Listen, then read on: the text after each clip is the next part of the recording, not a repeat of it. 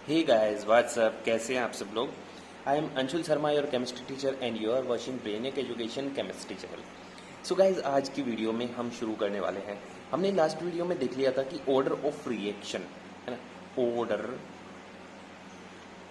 Of reaction कैसे हम find करते हैं। वो आता है rate R is equals to K which is rate constant and the concentration of reactants to the power n, and here n is the rate of reaction, here n is the rate of reaction, all you know, clear guys।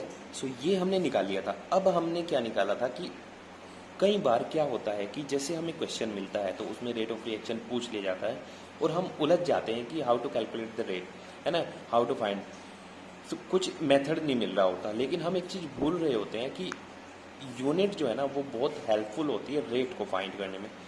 मैंने आपको rate constant, है ना, या फिर इसको क्या क्या बोलते हैं, रेट कांस्टेंट बोलते हैं, वेलोसिटी कांस्टेंट बोलते हैं, या फिर स्पेसिफिक रेट कांस्टेंट बोलते हैं, ठीक है ना, रिएक्शन का। इसकी मैंने आपको यूनिट बताई थी। क्या यूनिट थी इसकी, याद हो अगर मैं फिर से लिख देता हूं कि यूनिट इसकी आई थी mole per litre to the power 1 minus n into time inverse, ठीक है। ये इसकी यूनिट निकल के आई थी, क्योंकि के क्या हो जाएगा, रेट अपॉन कंसंट्रेशन और उसकी पावर n, है ना। सो रेट की जो यूनिट है वो है मोल पर लीटर इंटू टाइम, ठीक है। या फिर ये कह सकते हो कि rate of change of concentration with respect to time, ठीक है। Change in concentration with respect to time is called the rate. यही बात हुई थी, है ना। तो उसी से ये जो यूनिट है ये निकल के आ गई। अब हमें आज की वीडियो में एक चीज़ सीखनी है, छोटी सी वीडियो बना रहा हूँ मैं। वो क्या है, unit of velocity constant, unit of velocity constant according to rate of reaction, unit of velocity constant according to the rate of reaction, जिससे हम सिंपल यूनिट पहचान के पता कर सकते हैं कि रेट क्या है। तो अगर रिएक्शन हमारी जीरो ऑर्डर की है ना, रिएक्शन का ऑर्डर अगर जीरो है, ठीक है, तो उसकी यूनिट क्या होगी। तो उस यूनिट को अगर हमें वो यूनिट याद है तो हम बता देंगे कि ये जीरो ऑर्डर है। कैसे, के की यूनिट वहाँ पे कुछ वैल्यू दी होगी और उसके आगे यूनिट लिखी होगी, ठीक है ना। तो के की यूनिट क्या होती है, मोल पर लीटर, और इसकी पावर होती है 1 minus n into time inverse. और यहाँ पे n की वैल्यू कितनी रख दें, अगर हम जीरो रख दें तो हमारे पास आ जाएगा mole per litre 1 minus n की जगह पे 0 into time as it is और इनवर्स, ठीक है। तो इसकी 1 माइनस 0 मतलब 1, तो एज इट इज यूनिट यहाँ पे आपको मिल जाएगी, है ना, मोल per litre into time inverse, ठीक है ना। या फिर मोल पर लीटर इनटू टाइम, इस टाइप से भी लिखा हो सकता है। कैसे लिखा हो सकता है, ये देख लिए, मोल पर लीटर और यहाँ पे टाइम का मतलब सेकंड वेकेंड कुछ भी ये लिख दे, ठीक है। तो ये दोनों चीज़ें क्या है, ये सिमिलर है, इनमें कोई चेंज नहीं है, तो आप कंफ्यूज नहीं होंगे। अब हम बात करते हैं कि अगर ऑर्डर रिएक्शन का 1 हो, है ना, भाई यही zero order, first order, second order, third order, ठीक है, यहीं तक में सब कुछ सिमट जाता है, मैक्सिमम क्वेश्चन यहीं से आते हैं।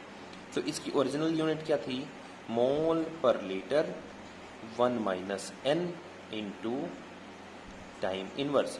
तो हम क्या कर देंगे, is equal to mole per litre 1 minus n की जगह पे 1 इंटू टाइम इनवर्स, ठीक है ना। तो यहाँ पे जो k की यूनिट आ जाएगी 1 माइनस 1 0, और किसी की भी पावर 0 मतलब वो 1 हो जाता है, 1 इंटू टाइम, तो टाइम ही बचेगा यहाँ पे, ठीक है।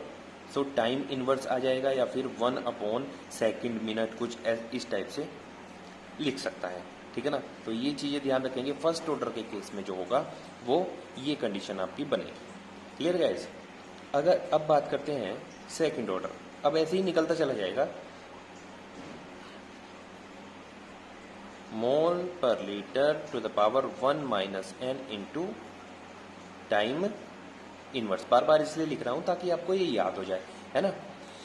अदरवाइज तो डायरेक्ट भी हो सकता था, और ये याद होना बहुत ज़रूरी है।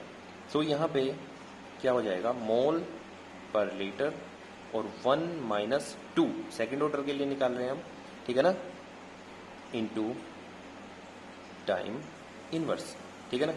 तो यहाँ पे जो के की यूनिट आ जाएगी वो आ जाएगी मोल पर लीटर और इसकी पावर -1 है ना, 1 - 2 मतलब -1 इंटू टाइम इनवर्स।